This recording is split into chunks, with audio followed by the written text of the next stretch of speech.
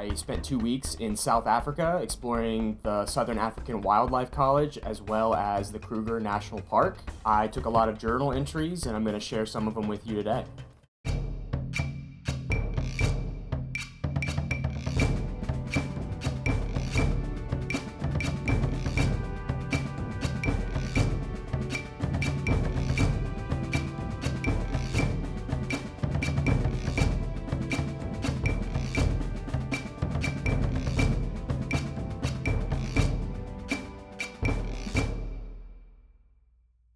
Friday the 28th.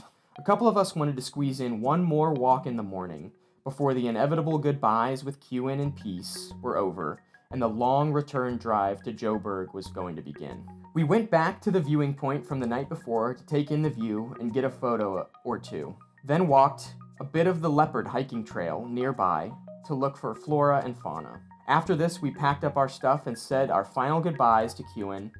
Once we got back to the hotel that we had first arrived at, we shared a couple of beers and a celebratory Springbok shot, which is a local drink that you'll have. We had dinner, we packed up for the long travel day we were going to have in front of us, and we all hit the hay.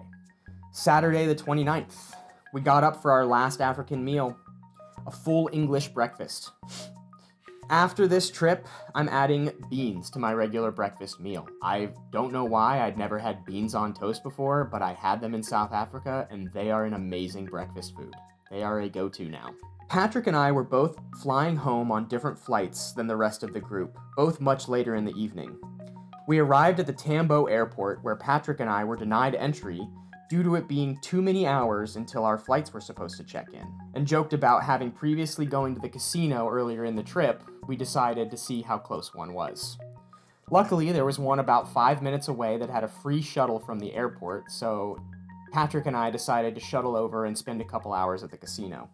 So a couple of hours of slots, beers, and a pack of cigarettes left me $40 poorer, but much happier headed back to the airport around 4. I bought a couple copper bracelets from Africa in the airport while waiting and left Tambo with no further issues. Which then brings me to the medical emergency/death that I had on my first flight. I sat next to a lovely couple, Abdul Salam and his wife Janet, who lived in South Africa in Pretoria, but were headed back to Jordan for 2 months to visit Abdul's family. Now I'm finishing this entry from 30,000 feet over the edge of Greenland, about 5 hours from Chicago. This may be my last entry, at least for this trip. Overall, I had an amazing time, seeing new animals and meeting new people, trying new foods and new things. Africa, I will be back.